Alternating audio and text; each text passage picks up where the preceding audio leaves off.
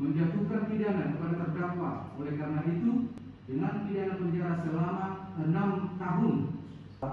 Mantan PLT Kepala Dinas PUPR Kabupaten Hulu Sungai Utara, Maliki, yang menjadi terdakwa dalam kasus korupsi divonis 6 tahun penjara oleh Majelis Hakim dalam sidang pembacaan putusan di Pengadilan Tipikor Banjarmasin pada Rabu siang.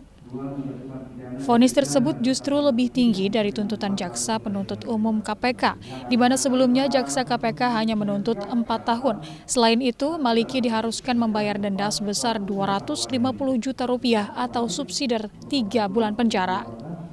Tak hanya itu, pledoinya secara keseluruhan termasuk permintaan penghapusan uang pengganti Rp195 juta dan diwajibkan untuk membayar dalam tenggat waktu 1 bulan sejak putusan dibacakan.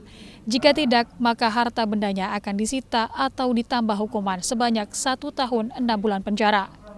Usai persidangan, penasihat hukum Maliki, Tuti Elawati, mengaku terkejut dengan putusan majelis hakim yang menjatuhkan hukuman lebih tinggi dari 4 tahun tuntutan jaksa.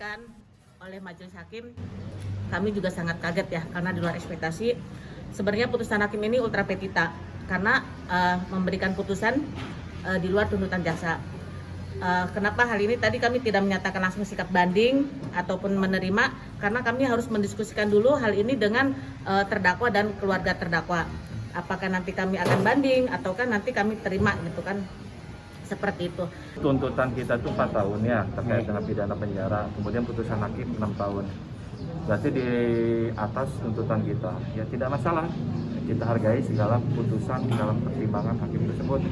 Tentunya ini akan kita jadikan bahan laporan kepada pimpinan ya. Apakah terhadap putusan itu kita menerima atau ada upaya atau bagaimana? Kita belum tahu. Kita harus laporkan dulu terlebih dahulu kepada pimpinan. Dihukumnya lebih berat dari tuntutan jaksa penuntut umum KPK merupakan penilaian hakim karena telah terbukti secara sah dan meyakinkan telah melakukan korupsi berupa menerima suap fee proyek sejak 2013 hingga 2021 lalu. Sebelumnya, Maliki didakwa karena diduga telah menerima suap berupa komitmen fee 15% untuk 2 pekerjaan proyek irigasi yang diterimanya dari 2 kontraktor dengan nilainya mencapai Rp195 juta. Selain itu, Maliki terbukti menyuap untuk memperoleh jabatannya sebagai PLT Kadis PUPR Kabupaten Hulu Sungai Utara sejak 2018 dengan cara memberikan uang sebanyak Rp500 juta kepada Abdul Wahid yang menyandang sebagai Bupati Hulu Sungai Utara. Arpawi, Kompas TV, Banjarmasin, Kalimantan Selatan.